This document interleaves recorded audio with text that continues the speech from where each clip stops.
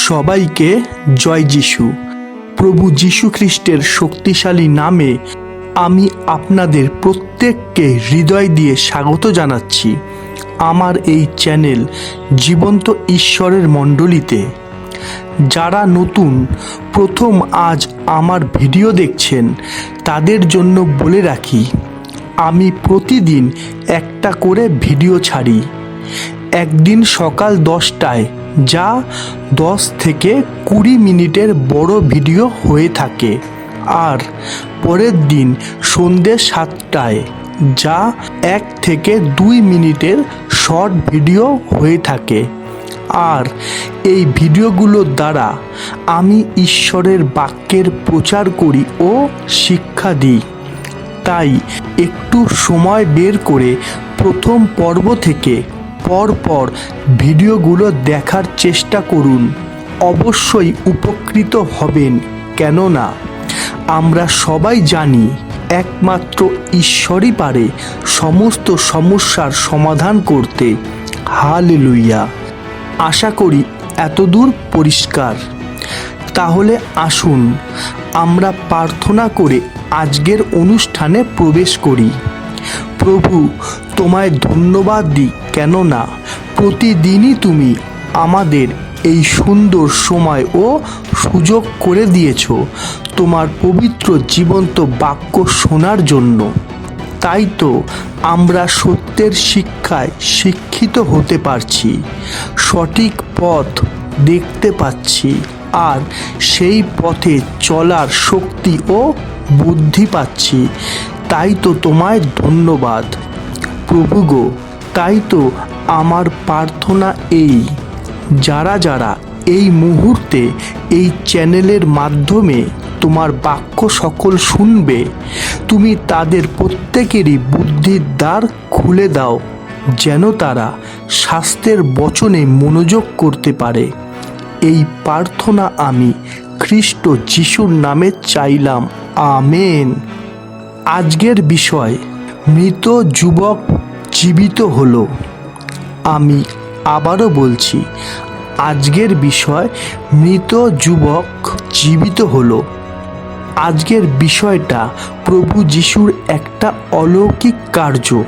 তাই ঘটনাটা আমাদের খুব ভালো করে শুনতে ও বুঝতে হবে, কেননা আজকের শিক্ষার দ্বারা আমাদের হৃদয় বিশ্বাসে বলবান হবে, আর আমরা আরও বেশি করে ঈশ্বরের একটা বাক্যের উপরে নির্ভরশীল হতে পারব। তাই আসুন আর দেরি না করে আমরা প্রবেশ করি ঈশ্বরের বাক্যের গভীরে। তাই হোক, আমেন। আসুন আমরা প্রথমে সেই দিনের ঘটনাটা দেখে নিই। আমরা দেখি লূক 7:11। কিছু কাল পরে তিনি নাইন নামক নগরে যাত্রা করিলেন, এবং তাহার শিষ্যেরা ও বিস্তর লোক তাহার সঙ্গে যাইতেছিল। আমরা জানি যে প্রভু যিশু এই পৃথিবীতে এসেছিলেন দুটো কারণে। 1 নম্বর, ঈশ্বরের বাণী মানব জাতির কাছে পৌঁছে দেওয়া। 2 নম্বর, মানব জাতির পাপের জন্য ক্রুশে মৃত্যুবরণ করা। তাই তো তিনি তার শিষ্যদেরকে নিয়ে সমস্ত জায়গাতেই শিক্ষা দিয়ে বেড়াতেন, আর প্রচুর মানুষই তার পিছনে পিছনে চলত তার শিক্ষা শোনার জন্য আর অলৌকিক চিহ্ন কার্য দেখারই জন্যে। আর এখানেও, অর্থাৎ এই নাইন নগরেও তাই হয়েছিল। আমরা দেখি লূক 7:12। যখন তিনি নগর দ্বারের নিকটবর্তী হইলেন, দেখো, লোকেরা একটি মরা মানুষকে বহন করিয়া বাহিরে লইয়া যাইতেছিল। সে আপন মাতার একমাত্র পুত্র, এবং সেই মাতা বিধবা, আর নগরের অনেক লোক তাহার সঙ্গে ছিল। কি লেখা আছে? প্রভু যিশু যখন সেই নাইন নগরে প্রবেশ করলেন, তখন সেই সময় কিছু মানুষ একটা মরা মানুষকে বয়ে নিয়ে যাচ্ছিল। সেই মৃত মানুষটা ছিল তার মায়ের একমাত্র ছেলে। তাই সেই মা চিন্তা ও দুঃখতে খুবই ভেঙে পড়েছিল, কেননা সেই মা ছিল বিধবা। তাই এই ছেলে ছাড়া আর তার কেউ ছিল না, আর সেই ছেলেও তার মাকে ছেড়ে চলে গেল, অর্থাৎ মারা গেল। তাই তো একটা বড় ভিড় সেই মরা মানুষটার পেছনে পেছনে যাচ্ছিল। তাহলে ঘটনাটা কি দাঁড়ালো?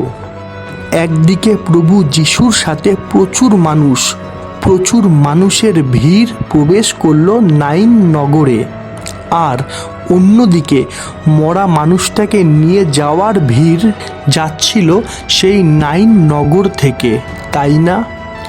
তারপর কি হলো আমরা দেখি লূক 7:13। তাহাকে দেখিয়া প্রভু তাহার প্রতি করুণাবিষ্ট হইলেন এবং তাহাকে কহিলেন, কাঁদিও না। দেখুন, ভাবুন আর বিষয়টা বোঝার চেষ্টা করুন, কেননা লেখা আছে যে প্রভু যিশু সেই মারা যাওয়া ছেলেটার মার কাছে গিয়ে তাকে বললেন যে তুমি কেঁদো না, কেননা লেখাই আছে যে প্রভু সেই মায়ের প্রতি করুণাবিষ্ট হয়েছিলেন, তাই না? এখান থেকে আমরা কি শিখতে পারি? যদি বিষয়টার প্রতি একটু মনোযোগ দিতে পারেন তাহলে বুঝতে পারবেন ঈশ্বরের দয়া ও শক্তি, যা আমাদের চিন্তা কল্পনার বাইরে।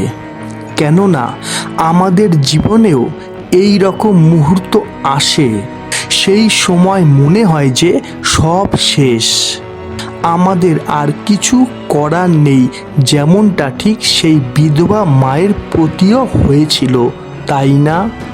কিন্তু সেই সময় সেই ভয়ানক পরিস্থিতির মধ্যে প্রভু বলে উঠেছিলেন যে কাঁদিও না। যেমনটা ঠিক আমাদের ক্ষেত্রেও হয়ে থাকে যে ভয়ানক পরিস্থিতির মধ্যেও ঈশ্বর তার বাক্যের দ্বারা আমাদের সঙ্গে কথা বলে থাকেন। যেমন লেখা আছে, আমরা দেখি 2 বিবরণ 31:6। তোমরা বলবান হও ও সাহস করো, ভয় করিও না, তাহাদের হইতে মহাভয় ভীত হইও না, কেননা তোমার ঈশ্বর সদাপ্রভু আপনি তোমার সহিত যাইতেছেন, তিনি তোমাকে ছাড়িবেন না, তোমাকে ত্যাগ করিবেন না।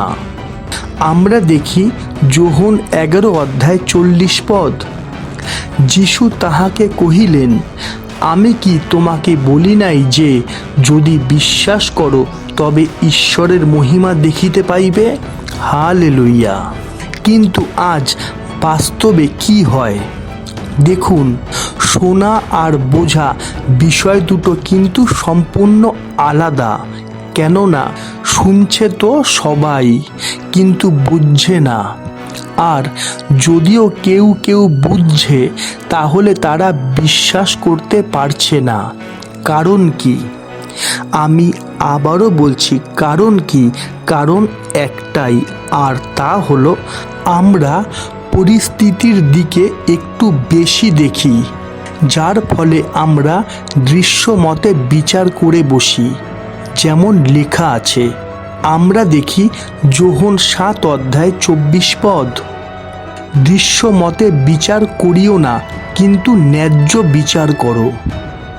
আর তাই তো ভয়ানক পরিস্থিতির মধ্যে আমরা ঈশ্বরের বাক্য শোনার পরও তার উপরে নির্ভর করতে পারি না। তাই তো আমরা সেই সময় ঈশ্বরের বাক্যগুলো বিশ্বাস করতে পারি না। যেমনটা ঠিক সেই সময়ও হয়েছিল যে প্রভু যিশু সেই বিধবা মায়ের কাছে গিয়ে তাকে বলেছিল যে কেঁদো না। দেখুন, সেই সময় বেশিরভাগ মানুষই ভেবেছিল যে আর 10টা মানুষের মতোই প্রভু যিশুও সেই বিধবা মাকে সান্ত্বনা দিচ্ছে, তাই না? কিন্তু তারা বুঝতে পারেনি ঈশ্বরের পরিকল্পনা। কেননা মানুষের চিন্তাধারা আর ঈশ্বরের চিন্তাধারা কিন্তু সম্পূর্ণ আলাদা। যেমন লেখা আছে, আমরা দেখি যিশাইয় 55 অধ্যায় 8 পদ, কারণ সদাপ্রভু কহেন, আমার সংকল্প সকল ও তোমাদের সংকল্প সকল এক নয়, এবং তোমাদের পথ সকল ও আমার পথ সকল এক নয়। কি কেমন লাগছে? আর তাই তো আমরা আমাদের দৃষ্টিতে বিচার করি বলেই আমরা আজ দুর্বল। আমরা সেইভাবে ঈশ্বরের বাক্যে বিশ্বাস করতে পারি না যেভাবে একটা বিশ্বাসীর ঈশ্বরের বাক্যে বিশ্বাস করা উচিত। আশা করি এতদূর পরিষ্কার। আমরা এইবারে দেখব তারপরে কি হয়েছিল। আমরা দেখি লূক 7 অধ্যায় 14-15 পদ। পরে নিকটে গিয়া খাট স্পর্শ করিলেন, আর বাহকেরা দাঁড়াইল। তিনি কহিলেন, হে যুবক, তোমাকে বলিতেছি, উঠো। তাহাতে সেই মরা মানুষটি উঠিয়া বসিল এবং কথা কহিতে থাকিল। পরে তিনি তাহাকে তাহার মাতার হস্তে সমর্পণ করিলেন। কি অবাক ঘটনা, তাই না? কেননা লেখা আছে, প্রভু যিশু সেই মরা মানুষটার খাটকে স্পর্শ করলেন, আর তাই তো সেই মানুষগুলো দাঁড়িয়ে গেল, যারা সেই মৃত দেহটা বহন করে নিয়ে যাচ্ছিল। সেই সময় প্রভু যিশু সেই মরা মানুষটাকে বলে উঠলেন যে, হে যুবক, তোমাকে বলিতেছি, উঠো। দেখুন, সেই সময় প্রচুর মানুষই প্রভু যিশুর উপরে হাসাহাসি করেছিল। কেননা বেশিরভাগ মানুষই প্রভু যিশুকে পাগল ভেবেছিল। কেননা সবাই জানে যে মরা মানুষ কোনোদিনও কারুর কোনো কথা শোনে না, তাই না? কিন্তু তারা ভুলে গেছিল যে মানুষের কাছে যা অসাধ্য তা ঈশ্বরেরই সাধ্য। হালেলুয়া! আর তাই তো সেই মরা মানুষটা প্রভুর মুখ থেকে বলা এই কথা যে, হে যুবক, তোমাকে বলিতেছি, উঠো। এই কথা শোনার পর সে সেই মুহূর্তেই উঠে বসলো আর কথা বলতে শুরু করে দিল। কি অবাক ঘটনা, তাই না? তাই তো আমি বারবারই বলে থাকি যে একমাত্র ঈশ্বরই পারে সমস্ত সমস্যার সমাধান করতে। হালেলুয়া! আর তাই তো প্রভু যিশুর দ্বারা এই অলৌকিক কার্যগুলো আমরা বাইবেলের মাধ্যমে জানতে পারি। উদ্দেশ্য একটাই, হ্যাঁ, উদ্দেশ্য একটাই, আর তা হলো আমরা যেন পরিস্থিতির দিকে না দেখি, কিন্তু সেই ভয়ানক পরিস্থিতির মধ্যে দেখতে পারি যে ঈশ্বর সেই মুহূর্তে তার বাক্যের দ্বারা আমাদের কি বলছেন। দেখুন, ভালো করে বুঝবেন আমাদের স্বভাব কেমন। যখন সব কিছু ঠিক থাকে তখন আমরা বিশ্বাসে দাঁড়িয়ে থাকি, ঈশ্বরের গৌরব ও মহিমা করে থাকি। কিন্তু যখনই আমাদের জীবনে কোনো ঝড় আসে তখনই আমরা বিশ্বাস থেকে পড়ে যাই আর ঈশ্বরের কথা ভুলে যাই, তাই না?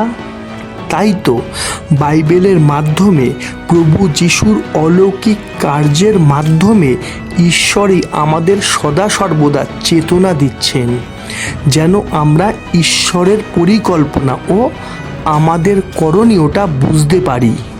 দেখুন, সত্যের পথে ঝড় আসবেই, বিঘ্ন আসবেই, কিন্তু সেই মুহূর্তে আমাদের করণীয় একটাই। আমাদের দেখতে হবে যে সেই মুহূর্তে ঈশ্বরের বাক্য আমাদের কি পরামর্শ দিচ্ছে। কেননা এটাই সত্যি যে ঈশ্বর তার বাক্যের দ্বারাই মানব জাতির সঙ্গে কথা বলে থাকেন। যেমনটা ঠিক সেই দিন ঈশ্বর প্রভু যিশুর দ্বারাই সেই বিধবা মাকে বলেছিলেন যে কেঁদো না। আর তারপরেই ঘটে গেল এই অলৌকিক ঘটনা, যা আমরা জানতে পারলাম যে প্রভু যিশুর মুখ থেকে বলা কথা শুনে সেই মুহূর্তে সেই মরা মানুষটা উঠে বসলো আর কথা বলতে শুরু করে দিল, তাই না? তারপর কি হলো আমরা দেখি লুক 7 অধ্যায় 16 পদ। তখন সকলে ভয়গ্রস্ত হইল এবং ঈশ্বরের গৌরব করিয়া বলিতে লাগিল, আমাদের মধ্যে একজন মহান ভাববাদীর উদয় হইয়াছে, আর ঈশ্বর আপন প্রজাদের তত্ত্বাবধান করিয়াছেন। কি লেখা আছে? সবাই ভয় পেল ও ঈশ্বরের গৌরব করল, তাই না? দেখুন, যদি সবাই সেই সময়ে প্রভু যিশুর কথা বিশ্বাস করত তাহলে ভয় পেত না, কিন্তু বিশ্বাস করত ও ঈশ্বরের গৌরব করত। কিন্তু তাদের মধ্যে বেশিরভাগ মানুষই প্রভু যিশুর মুখের কথা বিশ্বাস করতে পারেনি। তাই তো লেখা আছে যে সেই অলৌকিক কার্য দেখার পর তারা ভয় পেল ও ঈশ্বরের গৌরব করতে থাকলো।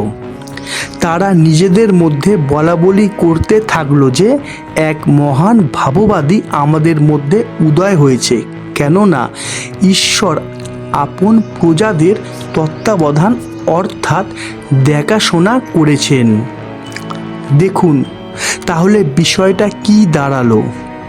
সেই সময়ের বেশিরভাগ মানুষই প্রভু যিশুকে বিশ্বাস করলো ঠিকই, কিন্তু তাদের মধ্যে সেই বিশ্বাস এসেছিল সেই অলৌকিক কার্য দেখার পর, তাই না?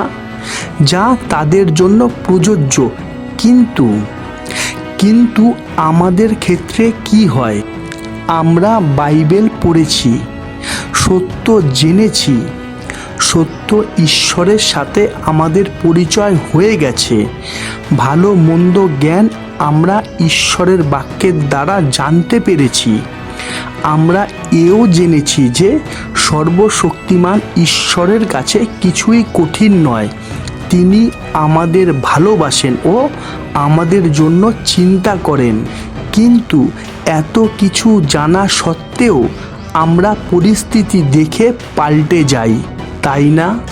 তাই তো প্রভু যিশুর অলৌকিক কার্যগুলো আমাদের চেতনা দেয়, আমাদের বিশ্বাসে বলবান করে ও প্রভুর উপরে নির্ভর করতে শেখায়।